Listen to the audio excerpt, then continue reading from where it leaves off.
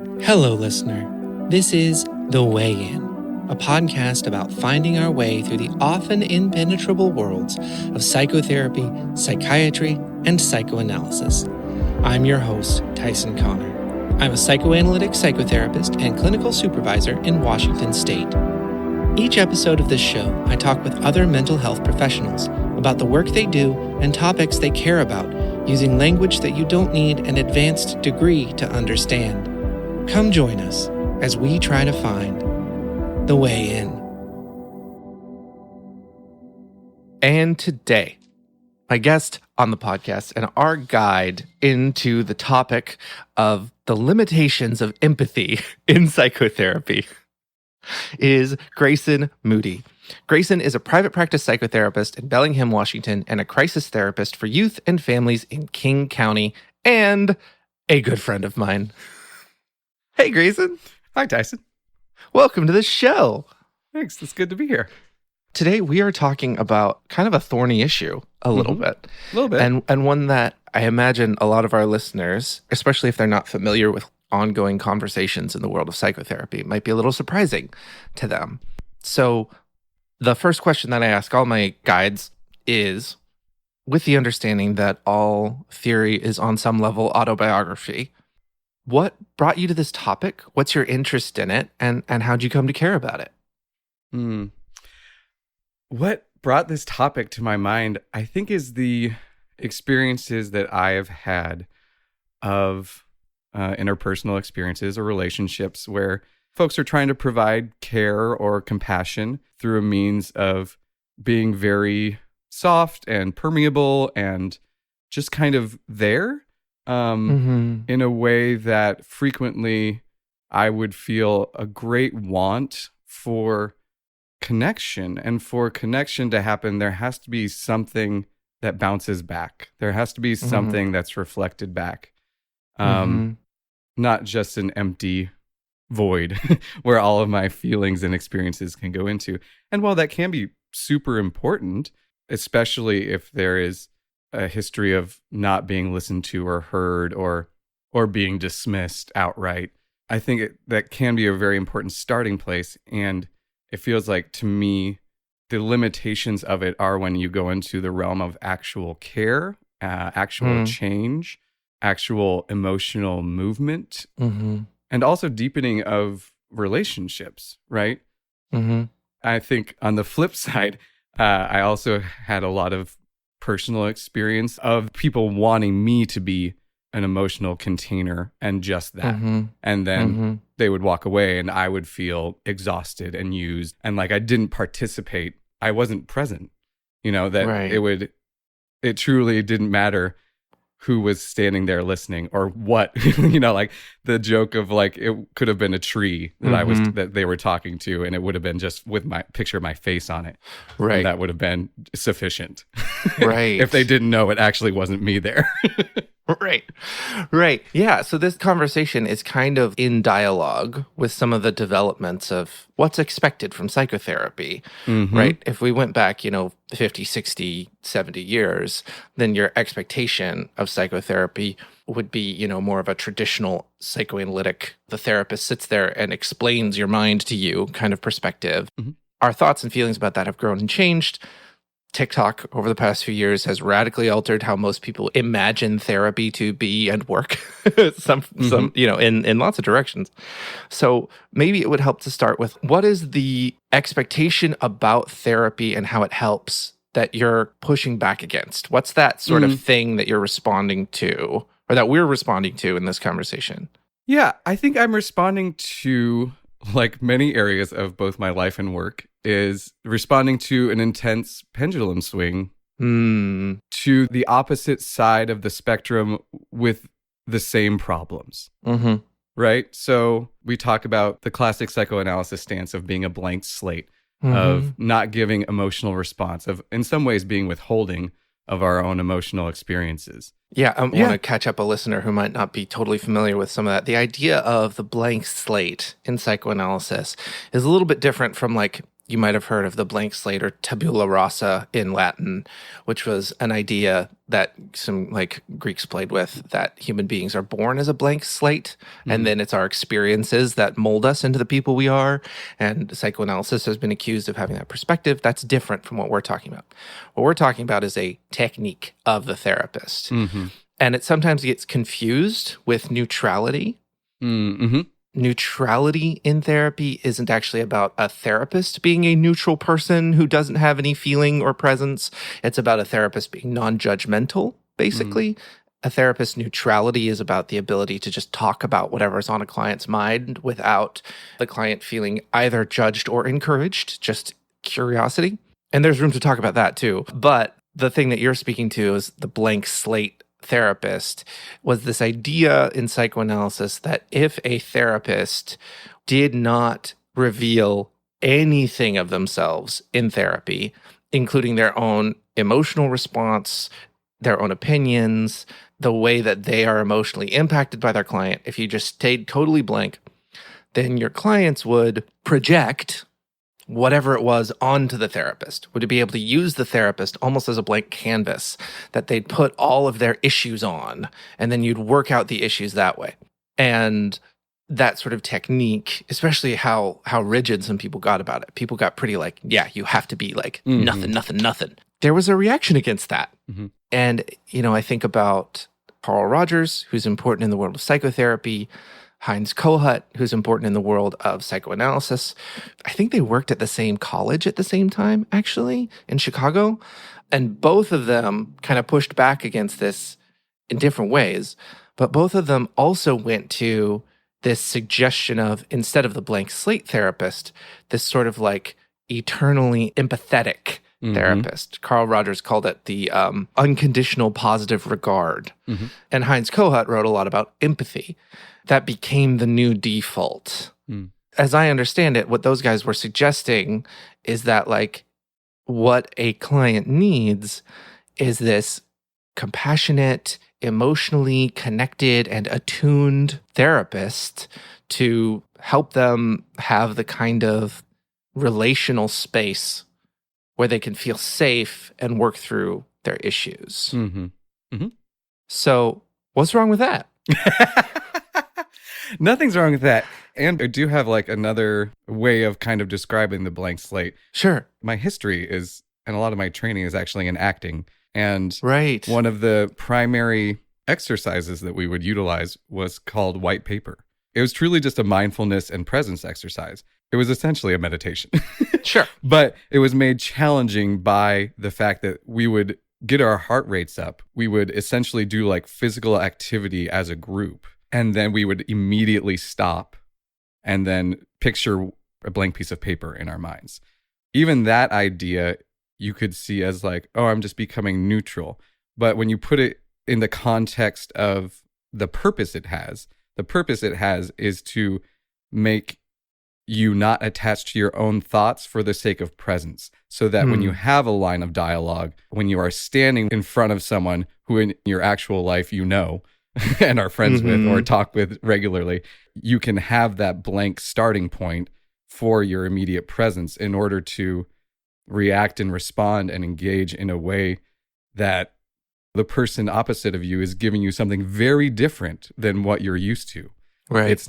It wouldn't be the typical relational dynamic that you would experience. And if you can't retract or let go your own thoughts and your own experiences in relationship to come to that blank spot for the sake of presence and actually being engaged in what that relationship is happening in the moment, in that scene, in that context, that feels so applicable to the therapeutic relationship to me, as far as how I think about what seemingly comes across as like a neutral stance, as just a method to bring my own presence as much as possible while letting go of preconceived notions, even the preconceived notions about what the person across from me is expecting in therapy, of their expectations of who I am, how I exist, what therapy will entail, for the sake of letting all of their particularities, all of their context, all of their unconscious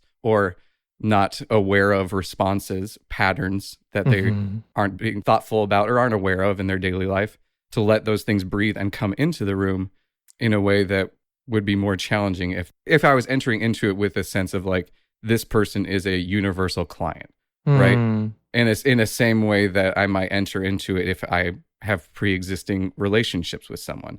Like it's much easier to fall into those patterns if we think that there's already an established, like, I am therapist, you are client, this is how this works and happens. Part of what I'm hearing you say is that part of what you find value in this exercise from an acting perspective and also from a therapist perspective is the ability to empty yourself of your connection to your history enough to try to be present with the person in front of you. And the way that I hear that as being a critique of the like purely empathetic, empathic listening therapist is this idea of the one size fits all mode of therapy.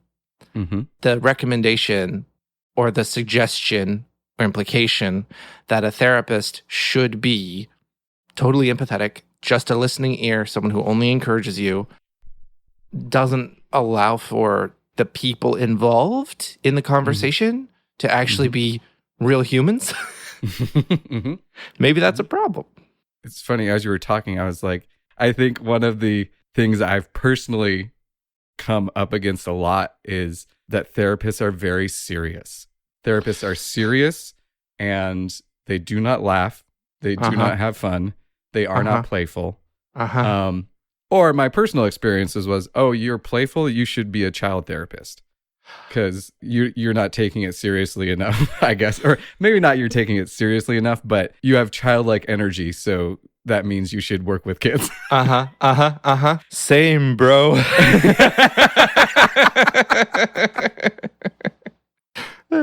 And, who knows? Maybe. But I'm also very aware that a lot of this might come down to the therapist's personal style, right? Like, right. Yeah. I know there are incredibly lovely, thoughtful therapists out there in the world who naturally fall into a stance of soft, warm speech, of soft, warm presence. And those are needed, right? Especially if they're being authentic to themselves. And this might just be growing pains of therapists as we get into the world and start doing our own things and realizing our own identity and doing our own work and in therapy and things like that. What I'm hearing you say is that in this conversation where we're talking about the limitations of empathy and maybe some expectations about psychotherapy that a listener might have that we want to challenge a little bit, we're not trying to offer an alternative hard and fast rule about the way therapy works. That's what I'm hearing you say, is like, in the same way that like Carl Rogers, he was, by all accounts, an excellent psychotherapist, and his approach was largely exactly what we're describing. And his approach kind of defined the stereotype of a psychotherapist as we see it today. He was probably very good at what he did. Like 100%. You can see on the Gloria tapes, which are this video series that some people produced back in the late 60s, early 70s, something like that. Anyway, 3 different psychotherapists from 3 different therapy traditions all did a taped session with the same client. And Carl Rogers was one of them. You can watch those tapes and see how he interacted. You can see how his approach is really effective and really does the job. And like, Absolutely. There's lots of therapists who practice that way who are very effective and do the job. And I think what we want to do in this conversation is suggest that maybe it can look a little different. And maybe there's actually value in an experience of a therapist who responds with something other than empathy sometimes, and maybe even with challenge. Yes, I think that's very astute. Thanks. Yeah, so let's circle back to like your autobiographical buy into this, right? Your experience that you described was of people who tried to provide sort of that warm, calm, compassionate, soothing space for you and feeling it a little void, a little empty, and also experiencing people who wanted you to be that warm, compassionate, like centering, calm space, and then feeling like you were just a tree that they were talking to. Like, there was something missing in both of those experiences. Mm-hmm. Essentially, those sound like descriptions of both as the client and the therapist. Mm-hmm. Something was missing. Mm-hmm. What was missing? And what do you fill that with now? What have you found that fills that space, that makes you actually feel alive? Yeah. I think what was missing in both of those situations was someone's genuine emotional experience. It was an impact. That's what it was. It was an impact. Impact. Mm-hmm. In what way? A lack of impact felt crazy making, I guess. A lack of impact feels far more invalidating in my experience than a response, even if it is angry, even if it is critical, even if it is judgmental. Mm-hmm. Not saying I want those things from my therapist. Sure. But I think for me, I became, just because of my own history and my own experiences, became very aware, one would say hypervigilant, as we say, of when people were either hiding or dismissing their own emotional experiences for my sake. And I think that is the trap of feeling like you must have this empathetic therapist personality always. That is your starting point. That is your way in to work with clients. And I think that is what I have been struggling against so much in my work as a clinician, not as the receiver of therapy.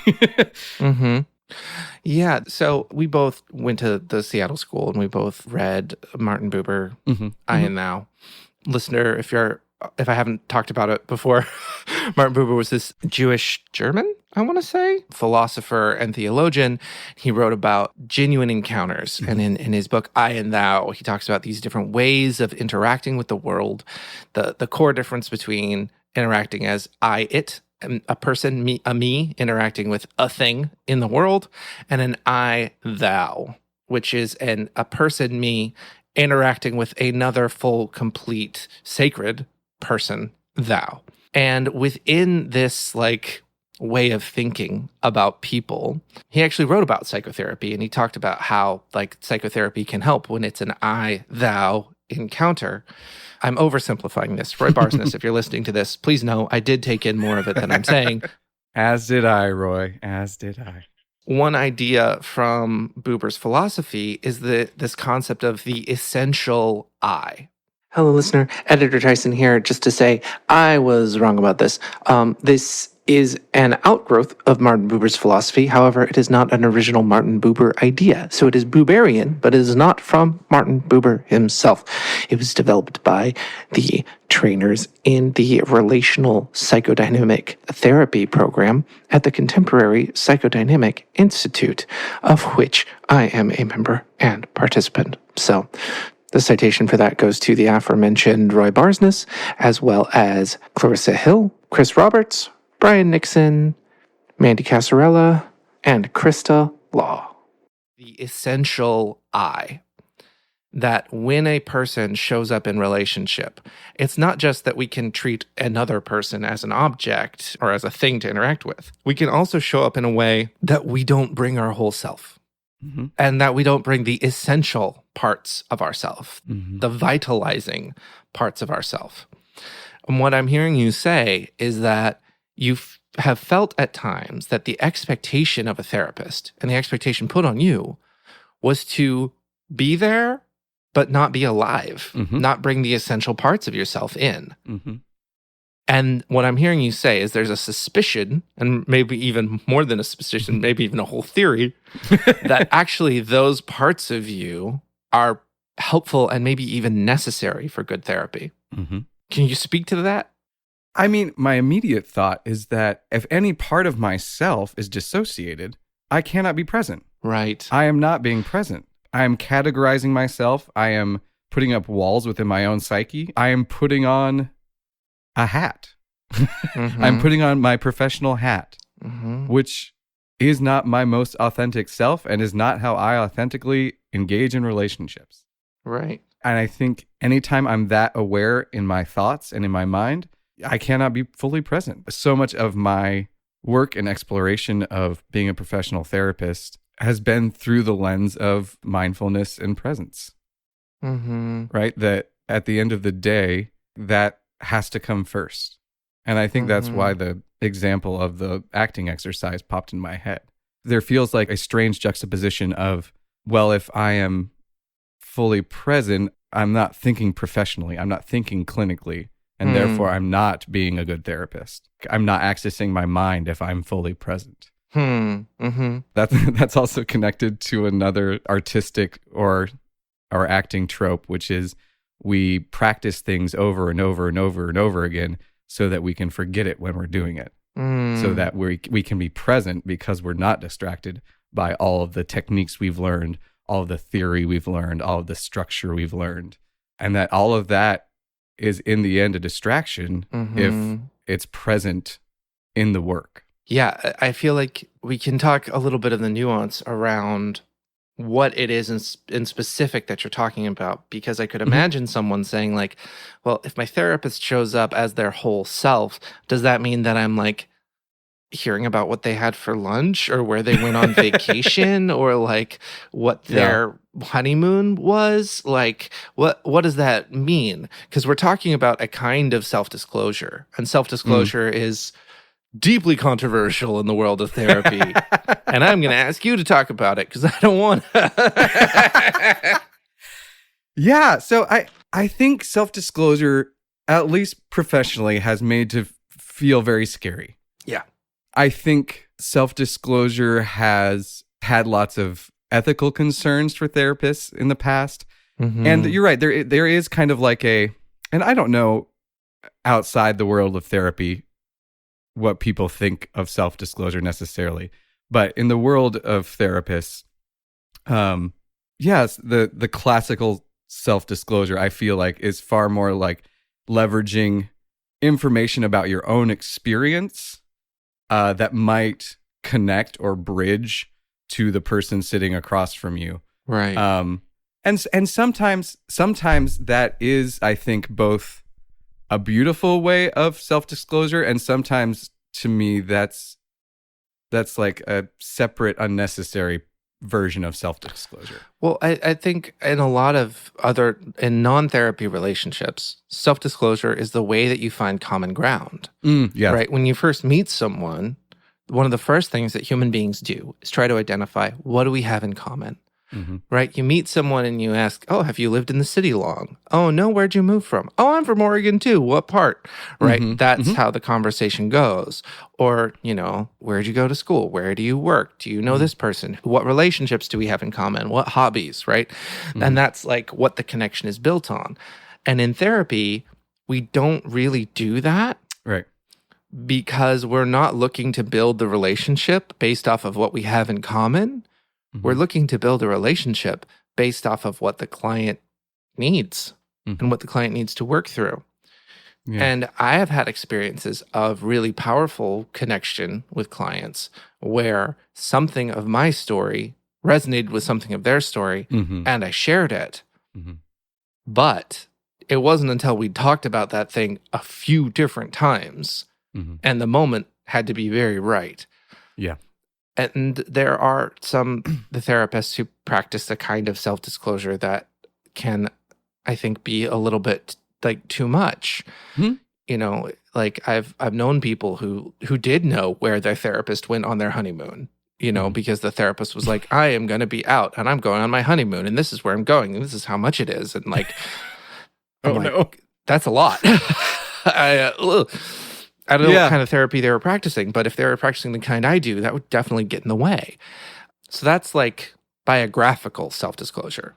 Yes, and I think what I actually wanted to say before was there is like a data self-disclosure, and then there is emotional self-disclosure. Yeah. And what I was thinking of as a beautiful example of maybe where the two collide is I was thinking of like if you're working with a client who is going through cancer treatment, right? And you yourself have gone through cancer treatment and they're feeling particularly alone and there's a gap forming in the therapeutic relationship, like, yeah, that would be maybe a situation where you would want to work through and process, like, is this a place where I'd self-disclose these details for the sake of self-disclosing also my emotional experience in connection with those details of where we have deep emotional connection. Right. And leveraging that for the sake of the client. Right.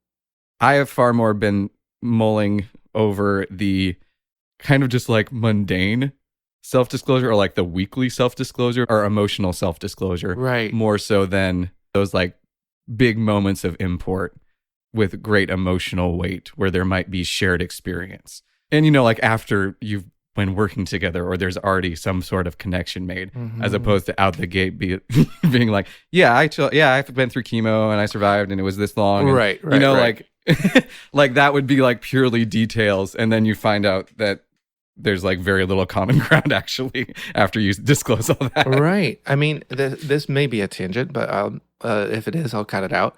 I have a pretty personal experience with this and this like conflict in the world of psychotherapy, where there's a period of my life where my family was going through infertility treatments, and it was intense and it was a lot. You saw it was a lot. I did. And I had a therapist who at one point called me last minute. Like, I was the first session of the day. It was an early session. And he called me while I was in the parking lot to say, like, I'm so sorry, I need to cancel. I have a family emergency. And I heard a baby crying in the background. And at the next session, we talked about it and what it was like for me to hear his baby crying in the background, especially going through infertility. He was a candidate. He was in training, in analytic training. So I have a lot of grace for him now. But what he said was, and I haven't gone through infertility treatment, or maybe I have, you don't know. Which was like, sorry. Yeah.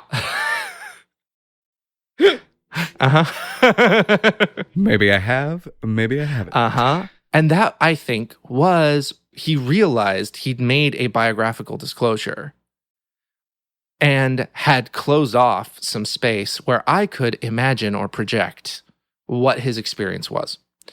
And he wanted to get that blank slate back. He wanted to take the paint off the canvas. He'd realized he'd revealed something of his story biographically, and he wanted it gone. But all of a sudden, it became really important to me to know, wait, have you been through this or not? Because a lot of my struggle to that point had been about feeling very lonely, feeling very isolated. Like, infertility is an isolating experience, and there's especially not a lot of room for men to have connection with people who are feeling bad about infertility. And that sort of rupture led to the end of our relationship. And at my very first consultation with the person who is still my therapist now, like 5 years later or something, I told this story and I was like, I need to know your experience of infertility and if you have one. And he was like, yes. We went through infertility treatments and my child was conceived through IVF. And I was like, all right, cool. Now we can work. If I hadn't had that experience of someone trying to like strip the paint off the canvas, I wouldn't have needed to ask. Right. But in that moment, it became really important for me. And one of the things that I appreciate about my therapist is that, yes, he's more willing to share biographical data, and I never wonder how he feels about me. And if I do, I can ask him, and I'm going to get an answer. Or how, I imagine the previous therapist, for me, what would be crazy making that situation is that there wasn't the emotional self-disclosure of, oh, I'm feeling really scared because I revealed details that I did not intend to, right? It not only wasn't what went back on you, but it was also a lack of that emotional self-disclosure on his part. Yes. Yeah. Exactly. I was left to kind of like figure out what was even happening there and to come to my own assumptions and conclusions about what was happening for him, for his participation in that moment. And I think that was part of his technique, which is part of how he worked. Yeah. And that didn't work for me. So, yeah. We've talked about the problem of the blank slate, where that can fall apart. And also the problem of just like a purely empathetic, like limited, restricted kind of emotional capacity of the therapist. So what is the value of emotional disclosure? What does it actually do? How does it actually help? This feels so specific for me because Go. Yes. Carl Rogers said, what is most personal is most universal. yes. Well, and it's specific to me, I think, in my experience of I find myself working mostly with men in my practice. Yeah. And the reality is that I am authentically a very emotional person Mm-hmm. with an inability to dismiss those emotions or cover them or veil them in any way. Mm-hmm. Which I think it would not be possible for me as a therapist to be just the overtly empathetic constantly. Mm-hmm. I find it hilarious that like I have a background in acting and cannot hide my own personal emotional experience, especially facially and bodily. Uh-huh. But maybe that's why. I don't know. You know, maybe that's part of it. And to speak to that, I could imagine someone being like, oh, acting and then to therapy? That doesn't make sense. Talking about being a genuine person? What are you talking about? But from what I've heard you describe, both of your acting and your psychotherapy theory, it's not about pretending to be someone. Right. It's not about pretending to be a therapist. It's not about pretending to be a character. It's about embodying the truth of the moment, whether that moment is a pre-written script that you're trying to perform for an audience in an impactful way, or if that moment is a truly unwritten moment of contact between two people with parts of a person that are very vulnerable or very scared or very unknown or very disruptive. It sounds like in both contexts, the goal is connect with what's really going on here. As opposed to what should be going on here. Yeah. And in this conversation, my mind will not let go of an experience I had with a male client where the data of the conversation made me deeply sad, despite a seemingly lack of affect change in my client's face. That was a moment where I leveraged presence and getting out of my own way of being present and emotionally self-disclosing. Because what I said was, please don't leave me in this moment. As he could see my tears for the sadness that he was describing. Yeah. And there was something about the authenticity of that moment that led us to a deeper connection and him being able to recognize and embody his emotional experience instead of just speaking it verbally in a way that if I like zoom out and look at that moment, I'm like, that wasn't very therapist-y of me. That was like a child. Right. But I think I do want to leave this in because I think this is really powerful because I can imagine someone listening to this and saying, well, you were feeling sadness. The guy was talking about a very sad situation. Isn't that empathy? But our point is a traditional empathic response would be trying to match his emotion in that moment, which, as I recall, we talked about this moment when it happened. As I recall, he didn't seem to have much feeling in his body about it, but you did. I mean, Tyson, I'm literally starting to cry right now just remembering it. Because that's calling forth a part of you that connects to something that's true about your client's history and story and current moment. And when you say, don't leave me in this, that's not empathetic at all. Right, no. You're right. In fact, you're asking something of your client. You're for your own emotional sake, arguably, right? People could interpret that as you saying something for your own needs as a therapist. I don't think that's quite accurate. Because I think what you were speaking to him in that moment was, yes, an emotional affective experience you were having, but also a way that you were connected to a part of him that he wasn't connected to. And that's not empathy, that's something else. Right. That's genuine expression of contact. Right. And that helps people to connect. That helps people to engage. And that wouldn't be possible without that kind of letting go into presence, right? Letting go of my preconceived notions of how he should be feeling or how I think I want to work with this, or just reflecting back, oh, it sounds like you're very sad.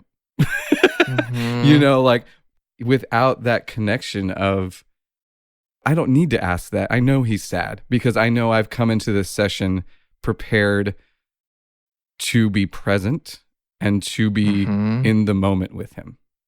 And I think that's also tied to the incredible emphasis that we put on us doing our own work. Yeah. And I think both doing our own work for the sake of that presence so that you can have those genuine relational responses, in addition to not actively thinking about theory or how you should be as a therapist in the session itself.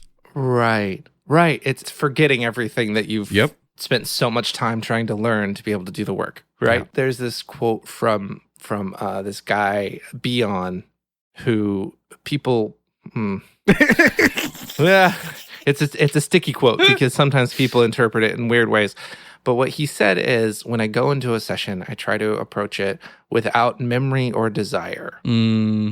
And sometimes people can interpret that in ways of meaning like as a way to support the blank slate idea, right? Or to support the idea of like, don't even think about whatever we talked about last session or whatever. But I interpret that statement as what you're talking about. Like in that moment, you weren't thinking about all of the psychotherapy technique that you've learned over time. No. You weren't thinking about your hope to be a authoritative life coach for this guy. You were in a moment of emotional reality that you invited him into. And that was your intervention. Your intervention was saying, hey, there's a feeling here that we need to work with. I was listening recently to a conversation with Jessica Benjamin, who writes a lot about the third and do or done to, and those are concepts that have come up on the show before. And she was referencing some research that some other folks had done around the ways that emotions are, in fact, integrating. We talk about integration on this show a lot of like, dissociation or repression or different theories have different language for it. But when you take some part of your experience and sort of disconnect it from the rest of your experience through forgetting or for intentionally resisting or whatever. And what some of this research, apparently, according to Jessica Benjamin, shows is that when you can actually feel an emotion that you can like understand and put a name to and describe, not just an affective experience that takes over your body, but actually an emotion that you've processed and makes sense, then that can take those disconnected parts of the self and bring them in together. And empathy, a sort of neutrality of like sort of warm, eternal. I had a supervisee who once called it like a Pacific openness, right? Just this vast ocean of like care. You can actually end up avoiding some of the emotions that would help us integrate because they are distressing. Because it is a misattunement. Attunement is another idea from psychotherapy of like, attunement also comes from like infant parent like observation type stuff, right? To be attuned to an infant means that the baby has a feeling and the parent also has the feeling in their body and responds. If you've ever seen a parent interacting with an infant, you might have seen them say like, oh, so happy. Who's so happy? That's attunement. If the baby's happy. But research has shown the most emotionally healthy infants are not attuned to 100% of the time. It's actually more like a third of the time. We mostly get it wrong. And actually, healthy development is about finding one another in the midst of misattunement. If you're perfectly attuned, it's not actually a relationship between two people. You're just talking to a mirror. Or a tree. Or a tree. A tree with a face stapled on it. There's limitations to how far that can go. Yeah, I think you've helped me kind of extrapolate and like bring some things together. Yeah. I'm so grateful to this client that I have this experience to point to because it feels very pivotal for me. But there was something about the way that he evoked this experience in me.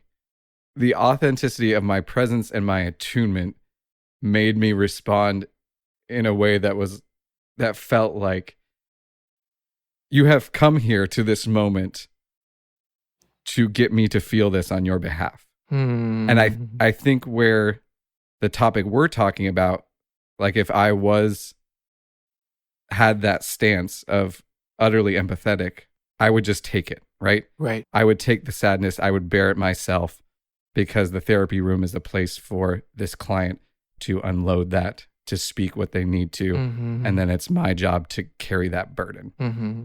And I think that's, from some therapists I've talked to, that is a significant place of burnout at the end of the day. Yeah. A significant place of the reality of their personhood becomes diminished in that therapeutic relationship, and that over time is exhausting. Right. There is something in the way that I was able to let myself respond, that I, had needs, because we were in a relationship, Mm-hmm.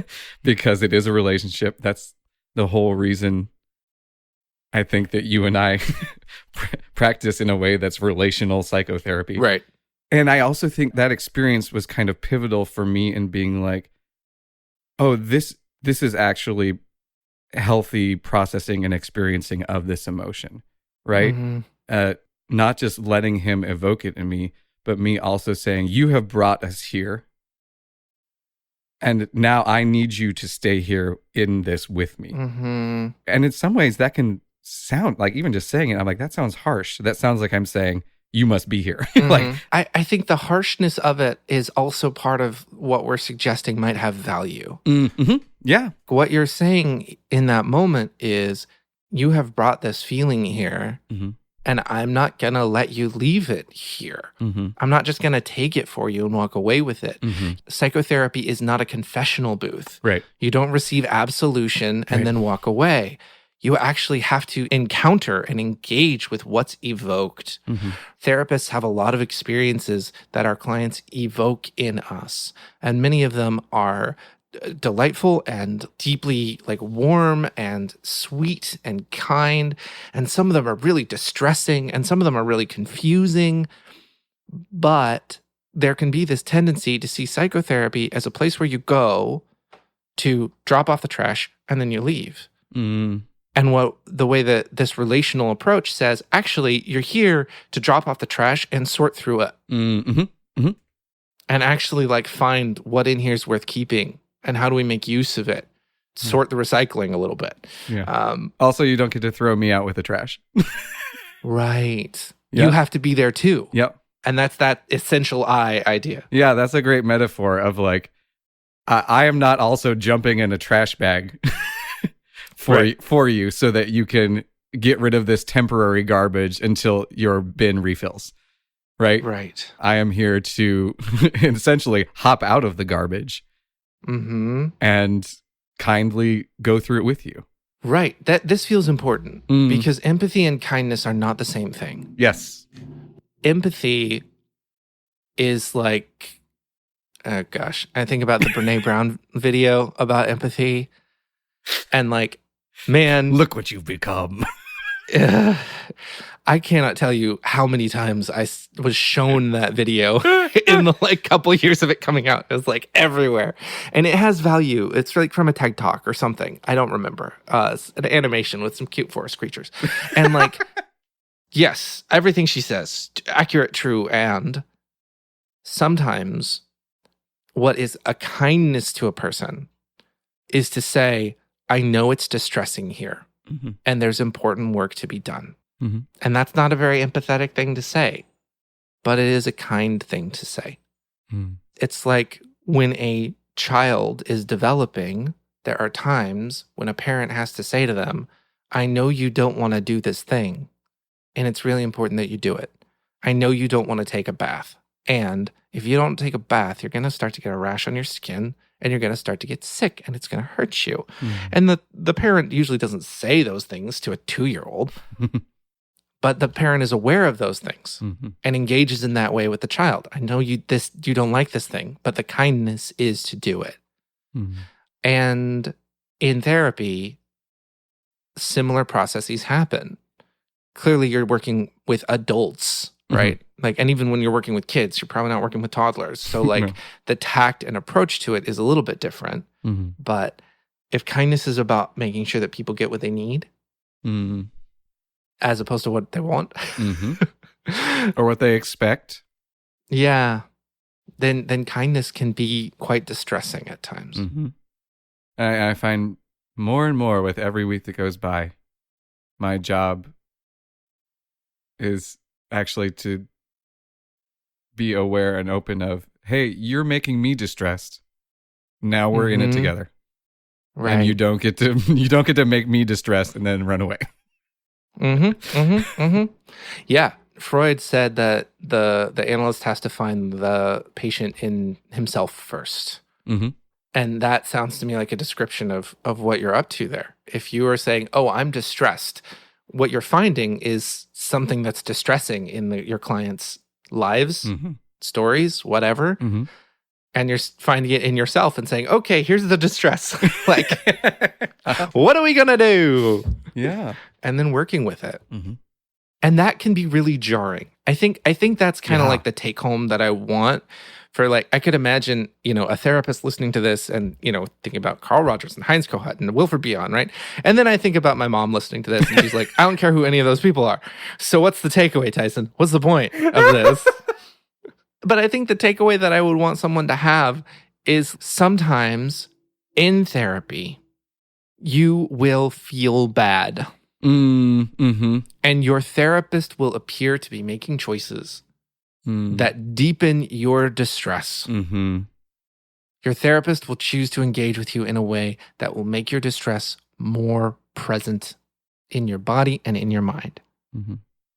And that we are suggesting is a kindness and is therapeutic and is what the work is about on a very deep and meaningful level, even though it feels bad sometimes. Yeah.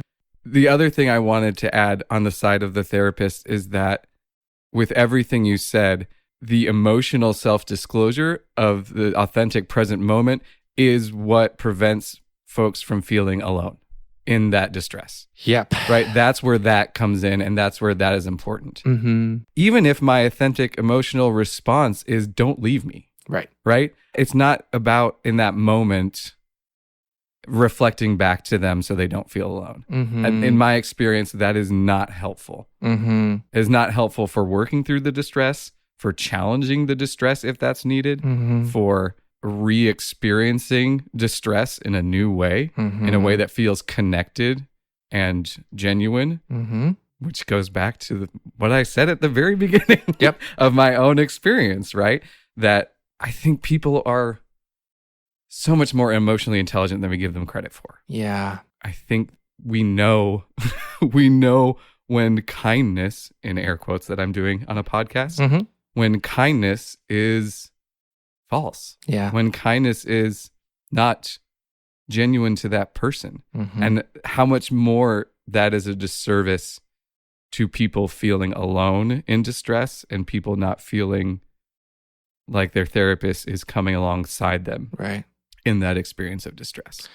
Yeah. And also that distress won't destroy them. Right. Right? Yeah. When a person's in distress, they need the presence of the other with them. And therapists will sometimes be reticent to show those parts of themselves for all sorts of reasons. And also because it's hard. It's hard. Yeah. Oh, right. In the training program I'm a part of, we call that articulation because you don't just want to reflexively just blurt out, this is my emotional experience of you, right? You actually do want to have some part of your mind that processes that and communicates that to a client in a way that is for their sake. It can be for your sake too, but also for the sake of their deepening, of their contact with themselves, of their growth, of their process. It is a complicated technical thing to figure out. But it's also where the work happens. It's where the contact happens. I think about two things. One is with that therapist who I left because of our disruption. Towards the end of it, we tried to work it out. I stayed with him for like a few months after that. I was trying.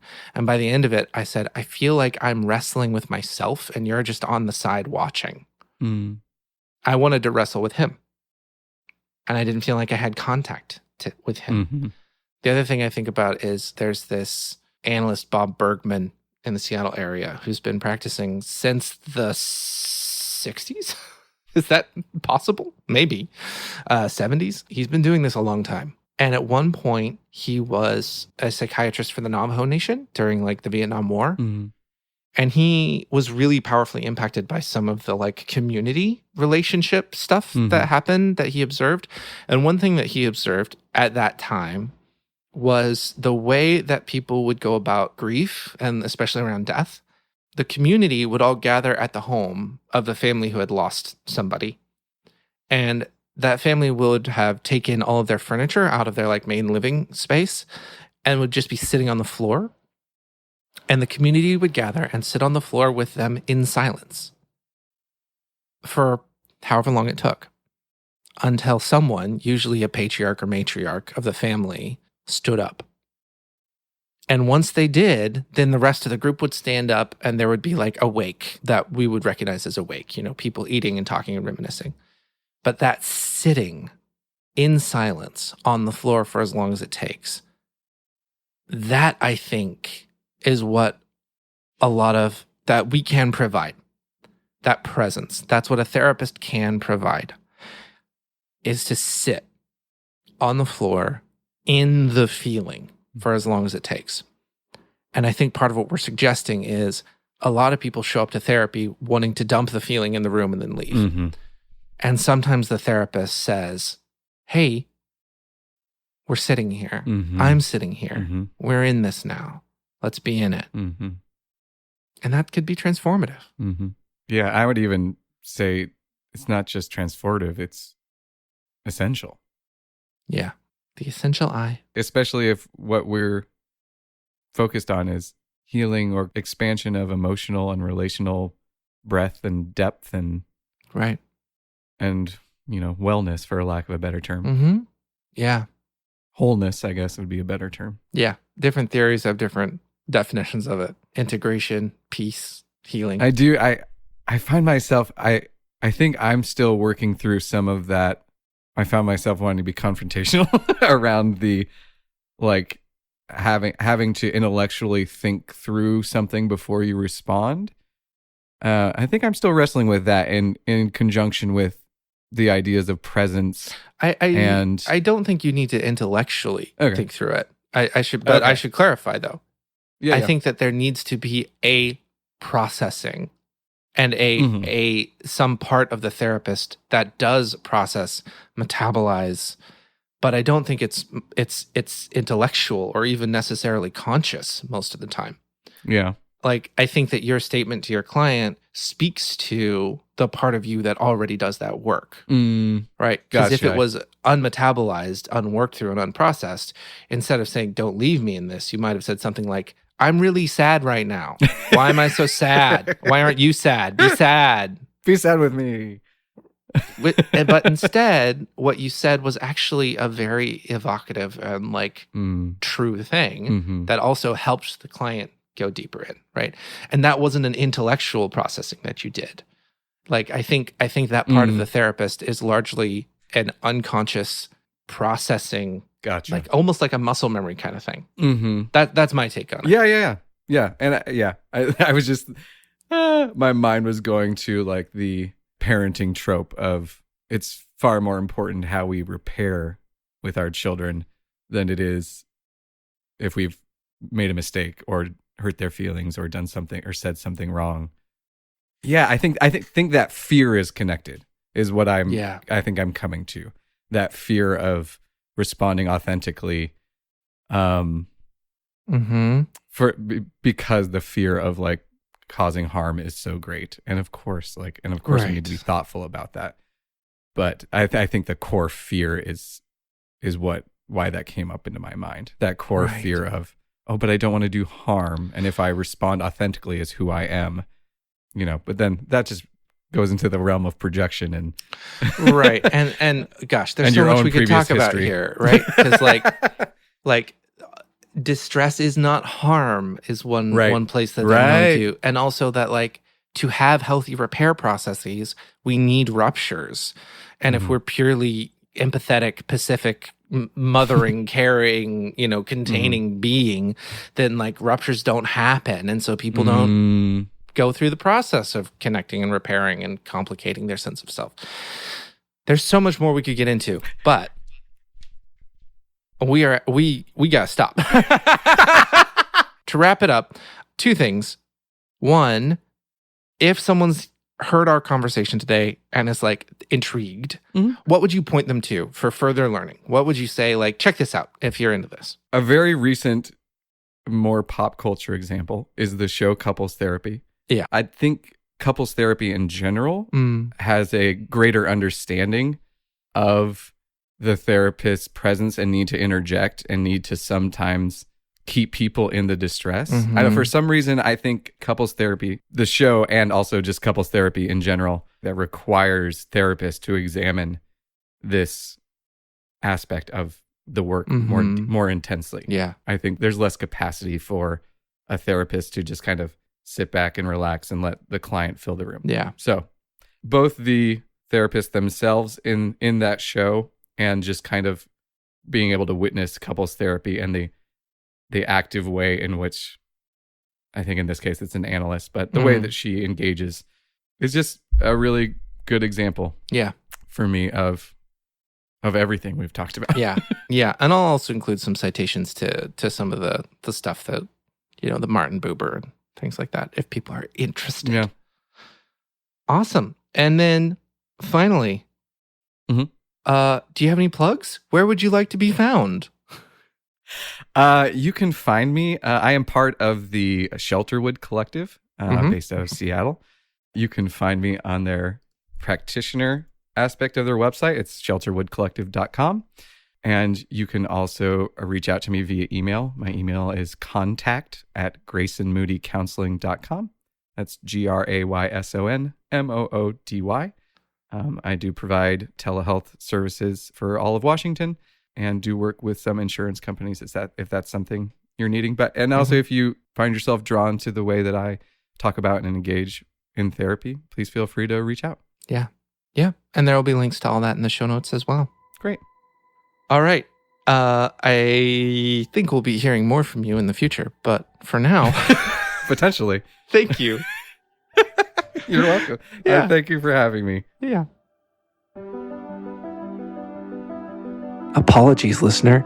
Editor Tyson, just the night before releasing this episode, lost his voice to a cold, so you're getting this guy. Whoa! Special thanks to Grayson Moody.